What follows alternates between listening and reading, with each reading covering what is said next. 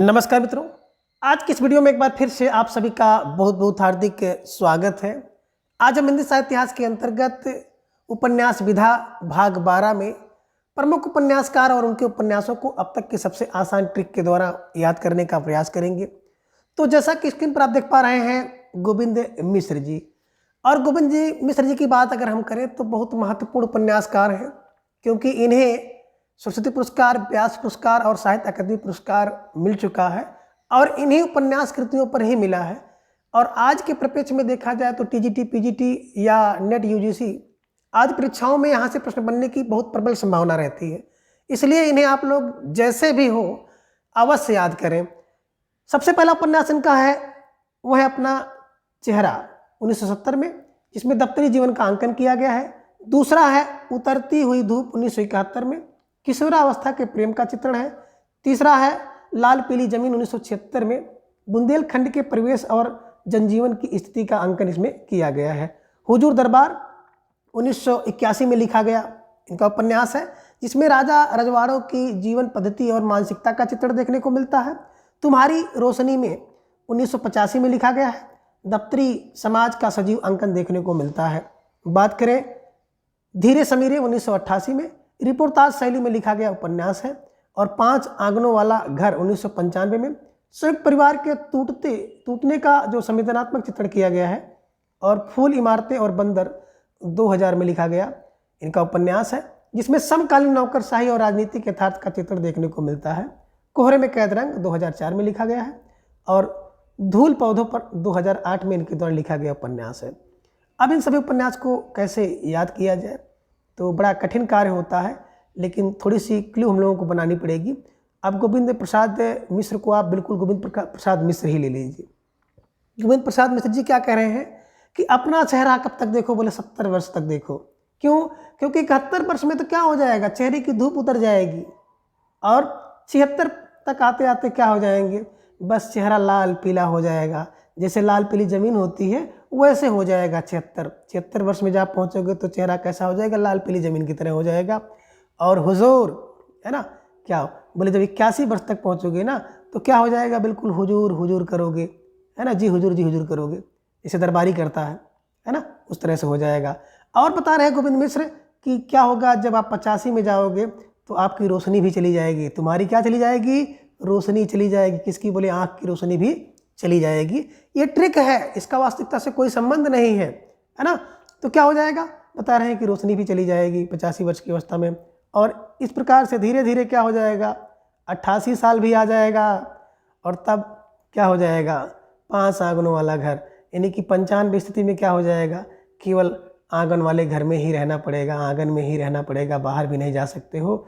और इस प्रकार से फूल, इमारत और बंदर की बात करिए, ये तो बहुत दूर हो जाएंगे, दूर हो जाएंगे, दू से दू कर लीजिएगा 2000 में, है ना।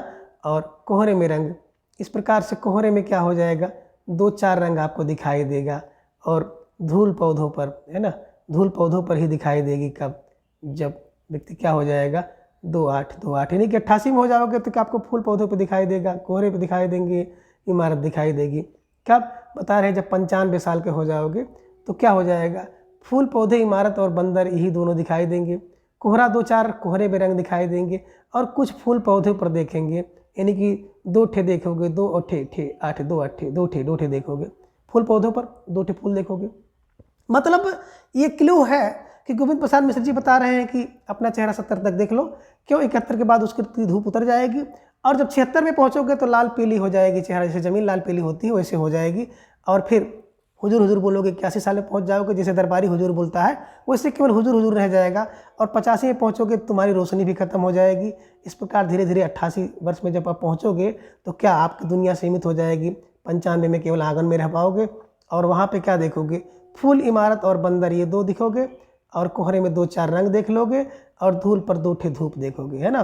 धूल पौधे पर क्या देखोगे, केवल 2 ठे धूल बैठी हुई है, 2 ठे 2 और 8। तो इस प्रकार से इन सभी ट्रिक की सहायता से आप याद करने का प्रयास करिए। बात करें तो इनका बड़ा महत्वपूर्ण उपन्यास है 5 आंगनों वाला घर, 1995 में इन्होंने लिखा है। और इस 5 आंगन वाले घर पर ही इनको कौन सा पुरस्कार मिला है, 1900 बात करें तो 98 में व्यास पुरस्कार मिला है। व्यास, देखिए घर का व्यास होता है ना, तो दिमाग में रख लीजिएगा, घर का व्यास होता है तो घर का व्यास 5 आंगन वाला घर है ना, 95 लिखा और 98 पे इसको व्यास पुरस्कार मिला है। तो व्यास आंगन वाले घर का व्यास होगा तो उसको व्यास पुरस्कार मिल गया। दूसरा है कोहरे में कैद रंग, 2004 में था, है ना। रंग देखे 2-4 रंग होते हैं और 2-4 रंग की बात कौन कर सकता है बताए? 2-4 रंग की बात तो साहित्य वाला व्यक्ति कर सकता है। तो साहित्य अकादमी पुरस्कार इसको मिला। कब मिला था स्मृति पर? 2008 में मिला था। तो आप दिमाग में रख लीजिएगा, कोहरे में कैद रंग पर साहित्य कौन लिखेगा? तो साहित्य अकादमी पुरस्कार 2008 में मिला।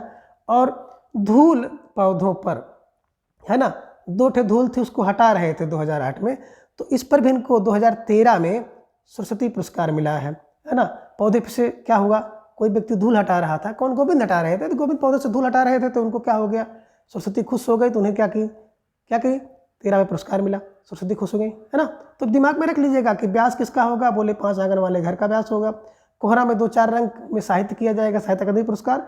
और धूल पौधों से हटा रहा है तो सरस्वती खुश हो जा रही हैं, यानी कि इस पे 2013 में इनको सरस्वती पुरस्कार मिला हुआ है। तो इस दृश्य से आप इनके महत्व को समझ सकते हैं कि किस प्रकार से परीक्षा के दृश्य बहुत महत्वपूर्ण है गोविंद मिश्र जी।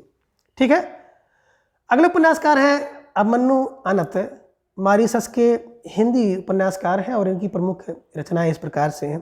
पहला है नदी बहती रही 1970 में, एक बिगहा प्यार 1972 में, आंदोलन 1971 में, जम गया सूरज 1973 में, और बात करें तो तपती दोपहरी 1977 में, लाल पसीना 1977 में, कुहासे का दायरा 1978 में, शेफाली 1979 में।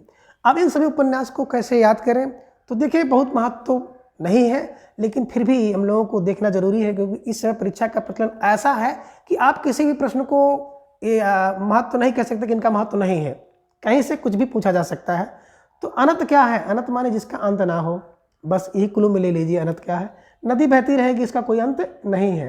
और क्या आंदोलन कब चलेगा कब ना चले, इसका कोई भी अंत नहीं है, अंत नहीं है आंदोलन का भी।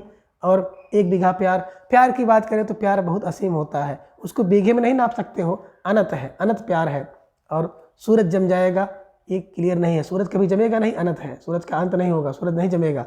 और दोपहरी, तपती दोपहरी का अनंत ताप, कितना ताप है पता नहीं चला, अनंत ताप है ना। लाल पसीना, कितने लाल पसीने? बोले अनंत लाल पसीने गिर गए हैं इस देश को आज़ाद कराने के लिए, कितने लोग मिट्टी में मिले, कितने पसीने लाल हुए।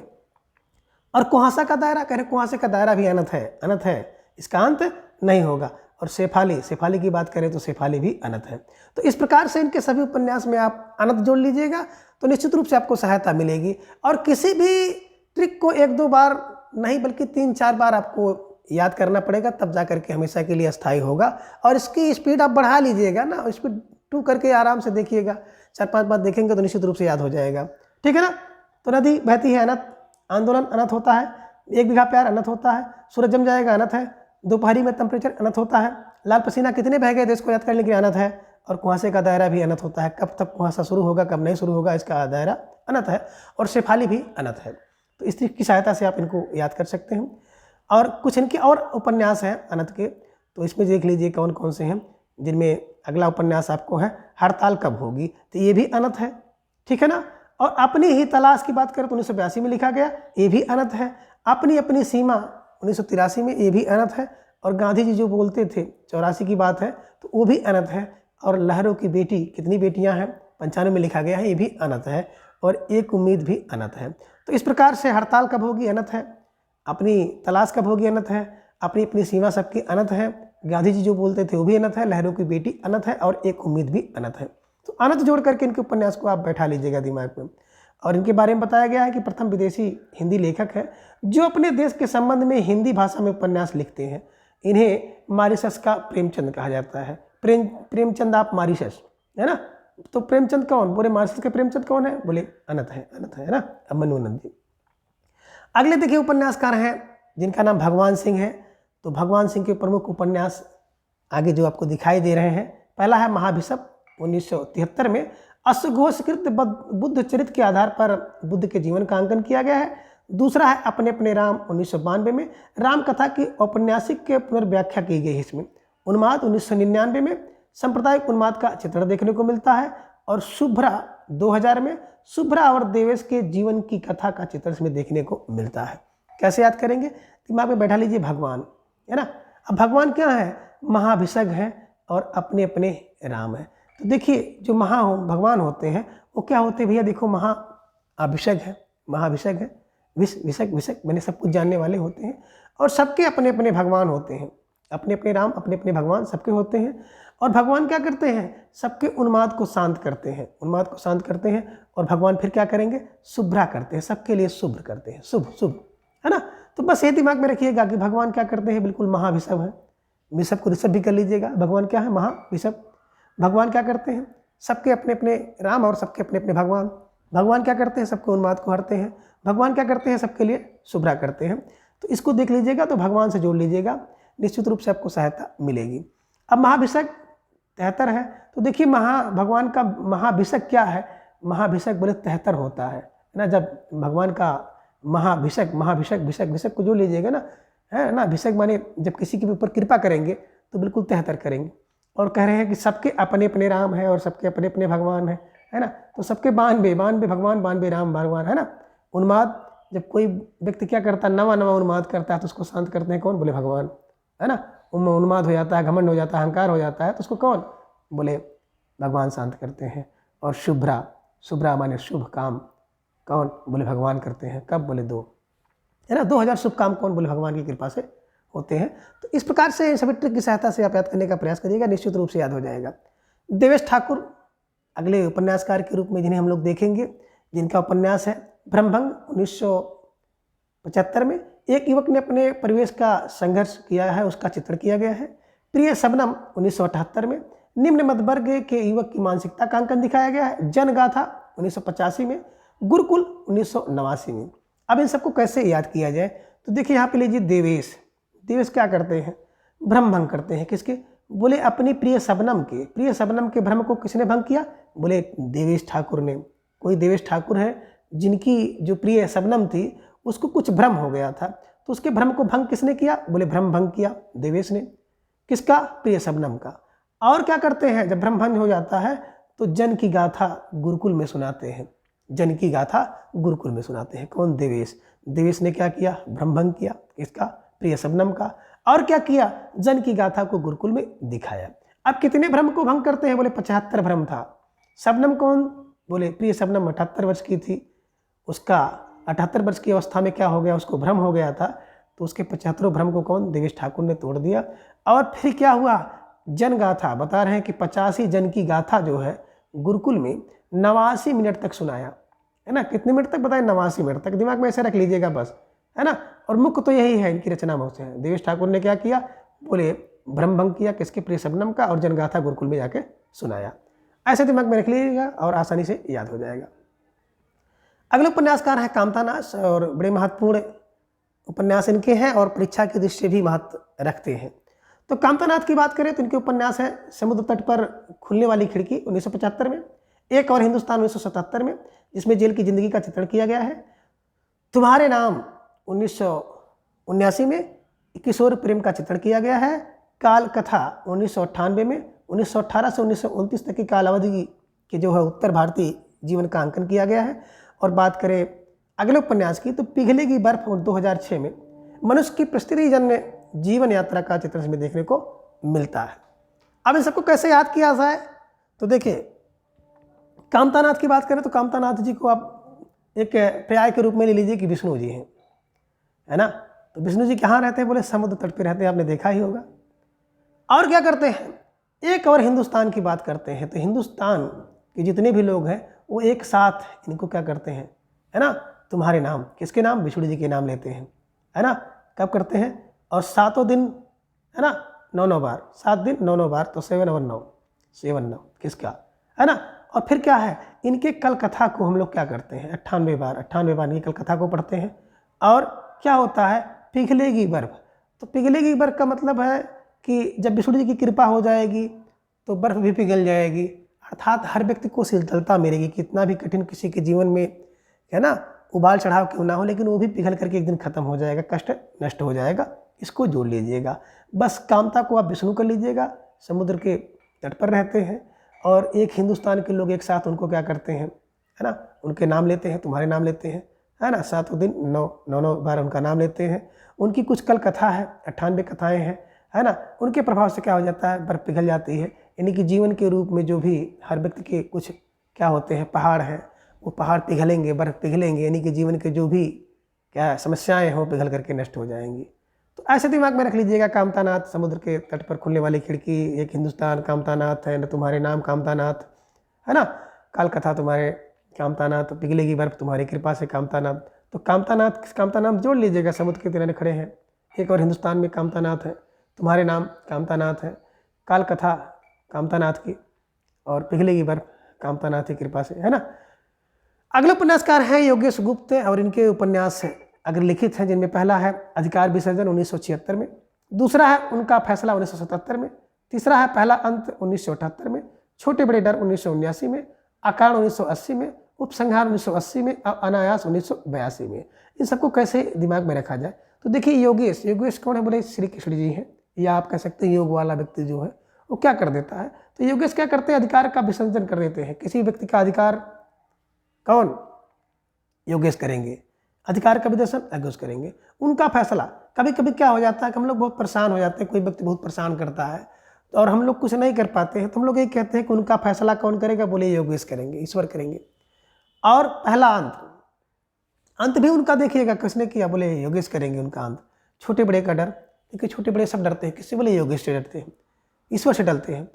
और आकारण क्या होता है, आकारण कौन, योगेश किसी को सजा नहीं देते हैं, आकारण किसी का संहार नहीं करते हैं, आकारण किसी का उपसंहार नहीं करेंगे, कौन, बोले योगेश। तो योगेश क्या है, आकारण सजा नहीं देंगे, संहार नहीं करेंगे, और उपसंहार भी कौन करते हैं, योगेश ही करते हैं। जब बहुत ज़्यादा हो जाएगा तो संहार करने के लिए योगेश को आना पड़ेगा। और अनायास, तो अनायास क्या होता है, योगेश किसी को परेशान नहीं करेंगे, किसी को नहीं सताएंगे, ठीक है ना। तो दिमाग में रख लीजिएगा, अधिकार का विसर्जन योगेश करेंगे, उनका फैसला, जिनका फैसला हम लोग नहीं कर पाएंगे उनका फैसला योगेश करेंगे, पहला अंत योगेश ही करेंगे, और छोटे बड़े का अगर किसी को डर है तो योगेश का डर है, अकारण योगेश किसी को परेशान नहीं करेंगे, और संहार कौन करते हैं, उपसंहार तो योगेश ही करेंगे, और अनायास कुछ नहीं करेंगे योगेश।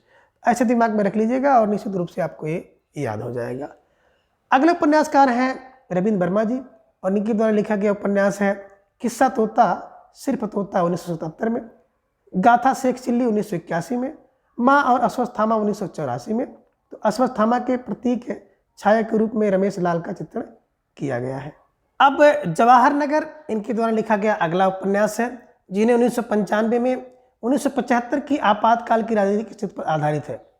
99 1998 में मध्य वर्गीय परिवार की जिंदगी और मानसिकता का अंकन देखने को मिलता है, और पत्थर ऊपर पानी 2000 में वृद्धावस्था की स्थिति और अनुभूति का अंकन इसमें किया गया है।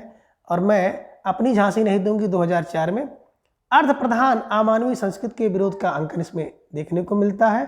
10 बरस का भंवर वर्ष 2008 में इनके द्वारा लिखा गया उपन्यास है। अब इन सभी उपन्यास को कैसे याद किया जाए, तो रविंद्र वर्मा जी से आप ले लीजिएगा। रविंद्र वर्मा जी क्या कह रहे हैं कि तोता सिर्फ तोता होता है। कौन, रविंद्र वर्मा जी बता रहे हैं कि तोता तो सिर्फ तोता होता है, इसे साथ साथ ना रखो। दूसरा है शेख चिल्ली की गाथा, कौन, बोले शेख चिल्ली की गाथा तो रविंद्र वर्मा बताते हैं, बहुत अच्छी तरह से बताते हैं, है ना, 81 कथा उनको तैयार है। और क्या है, मैं और अश्वत्थामा की, मैं माँ और अश्वत्थामा, है ना, कौन, बोले रविंद्र वर्मा से मिली हुई हैं माँ और अश्वत्थामा। ये दिमाग में रख लीजिएगा कि तोता क्या सिर्फ तोता होता है, रविंद्र जी बताए। शेख गाथा, है ना, गाथा शेख चिल्ली की 81 रविंद्र वर्मा ने बताया। माँ और अश्वत्थामा की गाथा किसने बताया, तो रविंद्र वर्मा ने बताया। और जो है जवाहर नगर में 95 लोगों को बताने वाले कौन हैं, तो बताते हैं कौन, बिल्कुल रविंद्र वर्मा बताते हैं। 99 के चक्कर में कौन है, बोले 98 99 चक्कर में बिल्कुल पैसे के पीछे पड़े हैं, तो बता रहे हैं कि रविंद्र वर्मा। और पत्थर के ऊपर पानी रखे हैं, कौन, बोले यही रविंद्र वर्मा जी रखे हुए हैं। तो रविंद्र वर्मा जी को जोड़ करके इनके उपन्यास को याद करने का प्रयास करिएगा। और मैं अपनी झांसी नहीं दूंगी, कौन, बोले रविंद्र वर्मा ने इसको पढ़ा है, और 10-12 वर्ष भंवर में फंसे थे, कौन, बोले रविंद्र वर्मा। तो इस कारण से रविंद्र वर्मा जो है चूँकि 99 के चक्कर में पड़े हुए थे, पत्थर के ऊपर पानी रखे हुए थे, झांसी नहीं दे रहे थे, इस कारण से क्या हुए, वो 10 वर्ष जो है भंवर में फंसे हुए थे। ऐसे आप दिमाग में रखे रहिएगा, तो निश्चित रूप से आपको याद करने में आसानी रहेगी। अगले उपन्यासकार हैं रमेश चंद्र शाह, जो कि एक प्रतिष्ठित आलोचक और उपन्यासकार हैं। इनके उपन्यास जिनमें पहला है गोबर गणेश 1978 में, कथानक विनायक की आकांक्षाओं और सपनों के बनने टूटने का चित्रण किया गया है। दूसरा है किस्सा गुलाम 1986 में, दलित कथानायक कुंदन की कुंठा और विद्रोह भावना का चित्रण है। अगला है पूर्वापर 1990 में, दो मित्र के बचपन की कहानी इसमें दिखाई गई है। आखिरी दिन 1992 में, नैतिक पतन अमानवीयता आज का चित्रण इसमें देखने को मिलता है। और पुनर्वास की बात करें तो 1995 में कथानक प्रोफेसर नाथ की जो है ऊब का चित्रण इसमें किया गया है। अब इन सबको कैसे याद किया जाए, तो एक क्लू आपको बनाना पड़ेगा। क्लू क्या है? रमेश ले लीजिएगा, रमेश चंद्र। अब रमेश चंद्र क्या है? बता रहे हैं भैया गोबर गणेश है। और क्या है? वो गुलाम है, किस्सा गुलाम बना हुआ है। इसलिए क्या करता है, पूर्वा पार, पूर्वा माने पूर्व, जिसे हम लोग कहते हैं पूर्वा के पार माने बाहर जा करके क्या करता है, आखिरी दिन जा करके पुनर्वास करता है ना। कौन? जब परीक्षा का आखिरी दिन आता है तो ये जो रमेश चंद्र है ना, ये बिल्कुल गोबर गणेश है। और क्या करता है, बिल्कुल खिस्सा का गुलाम है। खिस्सा का कोई किसी ने उसको कोई कहानी बता दिया था कि आखिरी दिन नहीं पढ़ना चाहिए, जा करके केवल सोना चाहिए, तो एक खिस्से का गुलाम हो गया, सुनी हुई कहानी का गुलाम हो गया। और क्या करता है, पूर्वा पर मैंने गांव के बाहर जा करके आखिरी दिन, परीक्षा के आखिरी दिन क्या करता है, पुनर्वास करता है, वहाँ पे जाकर सोता है। अब जाके वहाँ पे सोएगा तो क्या होगा, परीक्षा आप जान ही गए क्या होगा। बस दिमाग में ऐसे रख लीजिएगा कि रमेश चंद्र क्या है, गोबर गणेश है और किस्सा गुलाम है। कोई किस्सा किसी ने उसको सुना दिया तो उससे क्या हो गया, उसका गुलाम बन गया और जाकर के पूर्वे पार पर जाकर, पूर्वा के पार बाहर जा करके क्या होता है, परीक्षा के आखिरी दिन जा करके पुनर्वास करता है, वहाँ पर जा करके सोता है। इस प्रकार से उसकी परीक्षा जो है खराब हो जाती है। अगले उपन्यासकार हैं प्रणव कुमार बंदोपाध्याय और इनके द्वारा लिखे गए उपन्यास जो है वो निम्नलिखित है। पहला है खबर 1978 में, दूसरा है गोपीगंज संवाद 1981 में, जिसमें ब्रिटिश उपनिवेश के विरुद्ध लड़े जाने वाले स्वाधीनता संग्राम का अंकन किया गया है। आदिकांड 1985 में, ग्रामीण अंचलों में अंग्रेजों के विरुद्ध लड़े गए लड़ाइयों का चित्रण है। और अमृतपुत्र 1990 में, पदातिक 1995 में रामायण के अयोध्या कांड पर आधारित है और पंचवटी 1999 में रामायण के अरण्य कांड पर आधारित है। अब इन सभी उपन्यास को कैसे याद किया जाए, तो यहाँ से क्लू निकालिए कि प्रणव ने क्या किया। प्रणव चूंकि क्या करते हैं, खबर देते हैं, है ना, 7-8 खबर। सुबह उठेंगे तो 7-8 खबर कौन? बोले प्रणव देते हैं। गोपीगंज का संवाददाता कौन है? बोले प्रणव है ना, बिल्कुल 81 से गोपीगंज का संवाददाता बोले प्रणव। आदिकांड सबसे अच्छा किसने बताया है? बोले प्रणव ने बताया है और 85 बार बताया है। और क्या है? अमृतपुत्र 90 अमृतपुत्र को कौन? बोले प्रणव बताते हैं। और पदातिक माने पद से चल के आते हैं, खबरों को ले जाते हैं, कौन? बोले प्रणव। और पंचवटी की बात करें तो किसने सबसे अच्छा बताया है? बोले प्रणव कुमार ने। पंचवटी के बारे में ढेर सारी बातें बहुत अच्छे ढंग से बताई है। बस प्रणव को जोड़ लीजिएगा, पास से प्रणव, पास से पंचवटी, पास से प्रणव, पास से पदातिक, है ना। और फिर कहाँ खबर? प्रणव लाते हैं, सुबह 7-8 खबर दे देते हैं। गोपीगंज का संवाददाता कौन है? बोले गोपीगंज का संवाददाता 81 से, वर्ष 1981 से प्रणव है। आदिकांड 85 बार बता चुके हैं प्रणव। अमृतपुत्र 90 अमृतपुत्रों की खोज इन्होंने कर ली है और आप जा करके उनको देख सकते हैं। तो प्रणव खबर, गोपीगंज का, आदिकांड और अमृतपुत्र, पदातिक और पंचवटी, ये सब किससे संबंधित है? प्रणव कुमार से संबंधित है। तो इनको प्रणव कुमार से जोड़ करके याद कर लीजिएगा। अगले उपन्यासकार हैं विनोद कुमार शुक्ल जी, जो कि बड़े महत्वपूर्ण है। महत्वपूर्ण इसलिए है कि इनको साहित्य अकादमी पुरस्कार मिला हुआ है। तो विनोद कुमार शुक्ल की बात करें, इनका उपन्यास पहला है नौकर की कमीज 1979 में, दफ्तर के परिवेश एवं बाबुओं की जो है बेचारगी का अंकन किया गया है। आगे है खिलेगा तो दिखेंगे 1996 में, एक अध्यापक के परिवार का अंकन है। दीवार में एक खिड़की रहती थी 1997 में, कथानक रघुबर प्रसाद के जीवन का चित्रण किया गया है। और हरी घास की छप्पर वाली झोपड़ी और बौना पहाड़, तो इनके द्वारा जो 4 उपन्यास हैं इन सभी को हम लोग देखेंगे। पहला है नौकर की कमीज। अब नौकर की कमीज क्या है, विनोद पहन लेगा तो उसको क्या करेगा, बहुत खिलेगा, है ना, बहुत अच्छा दिखेगा। बस ट्रिक बनाइएगा कि विनोद ने क्या किया, नौकर की कमीज पहन लिया तो उसको बहुत खिल रहा था, बहुत जच रहा था, है ना। और क्या करता है विनोद, दीवार में एक खिड़की रहती है, उसी खिड़की से हरी घास की छप्पर में एक बौना रहता है, उस बौने को देखता है। बस दिमाग में रख लीजिएगा कि विनोद क्या करता है, नौकर की कमीज पहनता है तो खूब खेलता है, और दीवार की एक खिड़की से क्या करता है, हरी घास के छप्पर वाले झोपड़ी में एक बौना रहता है, उस बौने को देखता है। बात करें दीवार की खिड़की में तो 1997 में लिखा गया उपन्यास है और वर्ष 1999 में इस पर साहित्य अकादमी पुरस्कार मिला है। तो दीवार में एक खिड़की कौन है, बोले नई खिड़की लगी हुई था, तो इसको क्या हो गया, है ना, साहित्य अकादमी पुरस्कार मिल गया वर्ष 1999 में। तो दिमाग में रखे रहिएगा। आप कुछ आलोचकों ने विनोद कुमार शुक्ल को दीवार में एक खिड़की रहती थी उपन्यास को निम्न मध्यवर्गीय जीवन का जादू कहा है ना। और अगले हैं जो प्रतिष्ठित उपन्यासकार हैं जिनका नाम है मणि मधुकर। अब इनके उपन्यास अग्रलिखित हैं। अब इनके उपन्यास हैं सफ़ेद मेमने 1971 में, राजस्थान के नेगिया बराऊ जिसका गवासी जैसी ढाढ़ियों पर बसे लोगों की कथा का वर्णन किया गया है। अगला है पत्तों की बिरादरी 1979 में, राजस्थान और पाकिस्तान की सीमा पर स्थापित राहत शेरों की जिंदगी का अंकन किया गया है। और पिंजरे में पन्ना इनके द्वारा लिखा गया अगला उपन्यास है, वर्ष 1981 में लिखा गया, जिनमें रम्या और सोन टके के जीवन का अंकन किया गया है। अब इन सबको कैसे याद किया जाए, तो देखिए मणि मधुकर का है और मणि मधुकर को हम लोग मधुकर लेकर के ही चलते हैं, है ना। तो मधुकर क्या होता है, मधुकर माने मनोहर होता है। कौन, बोले सफ़ेद मेमना। अगर भेड़ का छोटा बच्चा हो तो क्या होता है, बड़ा मधुकर होता है ना। और एक साथ हो ढेर सारे हो तो और मधुकर लगेंगे। तो वही कह रहे हैं सफ़ेद मेमने क्या होते हैं, मधुकर होते हैं। दूसरा पत्तों की बिरादरी। पत्तों की बिरादरी माने पत्तों की दरी कर लीजिएगा। पत्तों की दरी बड़ी मधुकर होती है। अगर कोई पत्ते से दरी बना दे, बढ़िया बिस्तर बना दे तो भी बड़ा मधुकर होगा। और पिंजरे में पन्ना लगा हो तो भी बहुत मधुकर होता है। तो मधुकर कौन, सफ़ेद मेमना, पत्तों की दरी मेमना और पिंजरे में पन्ना, ये सब मधुकर होता है।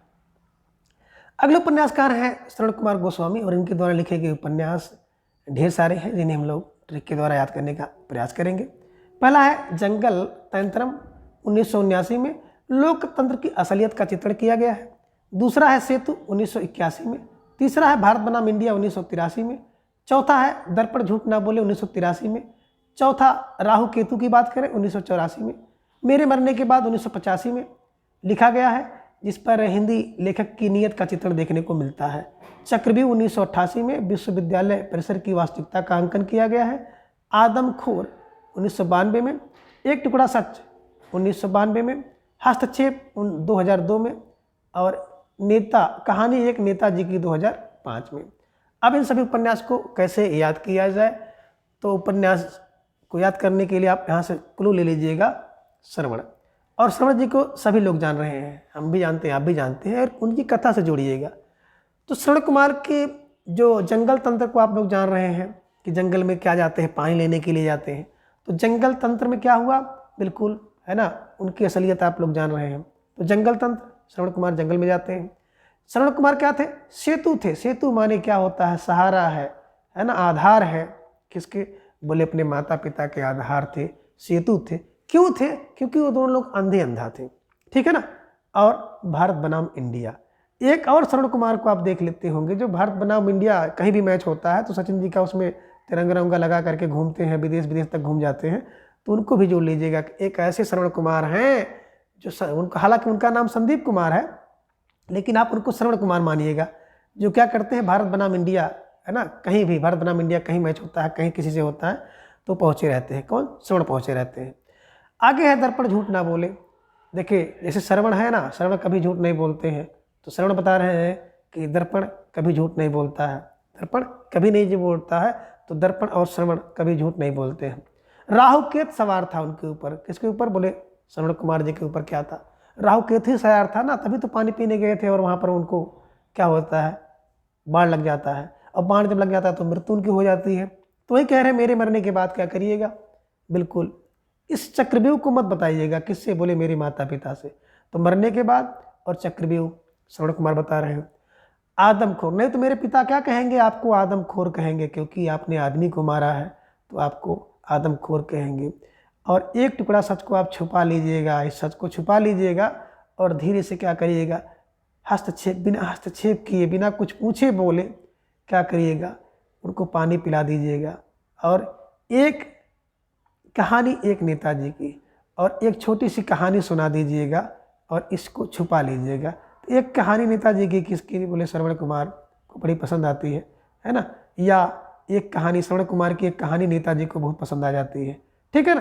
तो दिमाग में रख लीजिएगा कि जंगल तंत्र में श्रवण कुमार, सेतु थे माता पिता के लिए श्रवण कुमार, भारत बनाम इंडिया का मैच होता तो श्रवण कुमार वहाँ मिलते हैं। दर्पण झूठ नहीं बोलता है ना, श्रवण और दर्पण दोनों झूठ नहीं बोलेंगे। राहु केतु सवार था तभी तो उनकी मृत्यु हो गई, अच्छे काम करने के लिए जा रहे थे, और मरने के बाद उन्होंने क्या बताया कि ये जो चक्रव्यूह हुआ जिस प्रकार से मैं मरा हूँ मेरे माता पिता को मत बताना, नहीं तो क्या करेंगे, आपको आदमखोर समझेंगे। एक टुकड़ा सच यही है ना। और हस्तक्षेप किए बिना कुछ पूछे जो है आपने जाकर के उनको पानी पिला दीजिएगा। और ये कहानी क्या होती है, एक नेताजी को बहुत पसंद आ जाती है। बस दिमाग में रख लीजिएगा, निश्चित रूप से आपको मतलब याद करने में सहायता पहुंचाएगी। अगले उपन्यासकार हैं मनोहर श्याम जोशी जी, जो कि खिस्सा गो के रूप में प्रसिद्ध है, यानी कि इनके द्वारा जितने भी उपन्यास लिखे गए वो खिस्सा कहानी के रूप में लिखे गए हैं। इनके उपन्यास, इन्हें पहला है कुरु कुरु स्वाहा 1980 में बम्बई महानगर के जो फिल्म जगत के यथार्थ का चित्रण किया गया है। दूसरा है कसब, इसका अर्थ होता है क्या जाने, 1987 में एक प्रेम कथा है। आगे है हरी हर क्लूज की हैरानी 1994 में, टाटा प्रोफेसर 1995 में एक स्कूल शिक्षक के व्यंग्य चित्र का अंकन किया गया है। और हमजाद 1996 में बाजारवादी प्रवृत्ति का चित्रण किया गया है। और क्वाप, जिसका अर्थ होता है अजीब, 2001 में कुर्मांचल के जो वाल्मीकि नगर की कहानी का चित्र इसमें देखने को मिलता है। कौन हूँ मैं 2006 में प्रसिद्ध भुवाल सन्याल के केस पर आधारित है।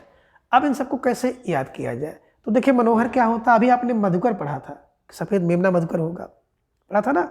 और क्या मधुकर होगा, सफ़ेद मेमना मधुकर होता है, पत्तों की दरी मधुकर होती है, और पिंजरे का पन्ना मधुकर होता है। तो यहाँ मधुकर नहीं बल्कि मनोहर होगा। क्या होगा, मनोहर होगा। मनोहर क्या है, जब हम लोग क्या करते हैं, क्रू क्रू करते हैं, स्वाहा, है ना, 80 बार एक सा सब लोग करते हैं ना, स्वाहा तो बड़ा मधुकर होता है, करो करो स्वाहा करो बड़ा मधुकर होता है। कौसप कसप कसप, है ना, क्या करते हैं, कौसप कौसप तो भी बड़ा सुंदर लगता है। तो कसप क्या होता है ना, कौसप कौसप बड़ा सुंदर लगता है, क्योंकि प्रेम कहानी है ना, कसप एक प्रेम कहानी बड़ी मनोहर होती है, तो बड़ी मनोहर होती है। हैरानी, अगर किसी कोई चीज़ चुरा लीजिए और वो बार बार इधर उधर खोजे तो आपको क्या लगता है, बड़ा मनोहर लगता है, बड़ा मनोहर लगता है, बड़ा परेशान है। टाटा प्रोफेसर, अगर प्रोफेसर आपको क्या करे, टाटा करे बाय करे तो भी बड़ा मनोहर लगता है। हमजाद, हमजाद माने हमजोली, जो आपके साथ रहने वाले हैं, वो उल्टे सीधे 69 काम भले करें लेकिन उनके इन काम को जब आप याद करते हैं तो क्या होता है, बड़ा मनोहर लगता है। क्यों, क्योंकि वो हम आपके हमजाद हैं, आपके साथ रहने वाले मित्र हैं। उल्टे सीधे 69 काम भले कर रहे हैं, 96 काम भले कर रहे हैं, लेकिन क्या हो रहा है कि वो आपको बड़ा मनोहर लग रहा है जब उसको याद करते हैं। को आप किसी को अगर कह दीजिए क्या आप इस चीज़ को लेंगे, तो उसे बड़ा मनोहर लगेगा, बड़ा पसंद हो जाएगा, कहेगा नहीं। और कौन हूँ मैं, अगर कोई व्यक्ति हो बार बार पूछे कौन हूँ मैं कौन हूँ, मैं कौन हूँ मैं कौन हूँ मैं, इस तरह से क्वेश्चन करे तो आपको सुन करके बड़ा मनोहर लगेगा, अरे यार इसको ये भी नहीं पता है ये कौन है। तो मनोहर क्या है, कुरु कुरु, है ना, स्वाहा स्वाहा करते हैं जब तो मनोहर लगता है ना। कसप एक प्रेम गाथा है, वही बड़ी मनोहर लगती है जब आप देखेंगे। हैरानी, किसी कोई चीज़ चुरा लीजिए, हैरानी हो जाए तो बड़ा मनोहर लगेगा। और प्रोफेसर, आपके जो प्रोफेसर हैं आपको पढ़ाते हैं, आपसे टाटा करे बाय बाय करे तो बड़ा मनोहर लगेगा। हमजाद, अगर उल्टी सीधे 96 काम कर दें, आप परेशान भले हो जाएंगे लेकिन बाद में सोच करके क्या होते हैं, वो बड़ा मनोहर लगता है। और कोई आपको बिना जान पहचान का अजनबी हो, आपको कह दे आप क्या इसको लेंगे, तो आपको बड़ा मनोहर लगता है। और कोई व्यक्ति क्या करे, पूछे कौन हूँ मैं, इस तरह से पूछे तो क्या हो जाएगा, बहुत मनोहर आपको लगेगा। ठीक है ना, इस ट्रिक की सहायता से आप इनको याद कर सकते हैं। अगले उपन्यासकार हैं सुरेंद्र वर्मा, और इनके जो प्रसिद्ध उपन्यास हैं अंधेरे से परे 1980 में, मुझे चाँद चाहिए 1993 में, और दो मुर्दों के लिए एक गुलदस्ता 1998 में। अब इन सबको कैसे याद किया जाए, तो देखिए सुरेंद्र वर्मा जी की बात करें, चाहे इनके नाटक हो और चाहे इनके उपन्यास हो, दोनों बड़े महत्वपूर्ण होते हैं, इसलिए इनको आप दिमाग में रख लीजिएगा। और नाटक की वीडियो भी मैंने जितने भी नाटक हैं सबको ट्रिक से अपलोड कर दिया है, और आपको अगर देखना हो तो निश्चित रूप से आप जा कर के देख सकते हैं। है ना। तो बात करें सुरेंद्र वर्मा जी की, तो इनका पहला उपन्यास है अंधेरे से परे 80 में, दूसरा मुझे चाँद चाहिए 1993 में, और दो मुर्दों के लिए गुलदस्ता 1998 में। बात करें इनके मुझे चाँद चाहिए 1993 में लिखा गया, और 1996 में यानी कि 3 साल बाद इस उपन्यास को साहित्य अकादमी पुरस्कार भी मिल चुका है। तो इसलिए बड़ा महत्व है, ठीक है ना। और यही नहीं, जितने भी साहित्यकार हैं, अगर उन्हें किसी कृति पर कोई पुरस्कार मिला है तो वह कृति और वह उपन्यासकार या रचनाकार या साहित्यकार जो है निश्चित रूप से महत्वपूर्ण हो जाता है। इसलिए जितने भी पुरस्कार प्राप्त रचनाएं हैं और रचनाकार हैं उनको तो जरूर आप लोग देखें, ठीक है ना। अब क्या है, सुरेंद्र वर्मा क्या कह रहे हैं, अंधेरे के बाद, अंधेरे से परे मुझे चाँद चाहिए, है ना, और दो मुर्दों के लिए गुलदस्ता चाहिए, दो मुर्दों के लिए। तो सुरेंद्र वर्मा क्या कह रहे हैं, अंधेरे से परे मुझे चाँद चाहिए और दो मुर्दों के लिए गुलदस्ता चाहिए, बस, और कुछ नहीं चाहिए। क्या चाहिए, अंधेरे से परे मुझे चाँद चाहिए और दो मुर्दों के लिए गुलदस्ता चाहिए। किसको, बोले सुरेंद्र वर्मा जी को। तो इस प्रकार से इन सभी ट्रिक की सहायता से आप इन सभी उपन्यास को आसानी से याद कर सकते हैं। तो आज की इस वीडियो में बस इतना। अगले वीडियो में हम इसके अगले भाग के बारे में जानेंगे। तब तक के लिए धन्यवाद, नमस्कार, बाय।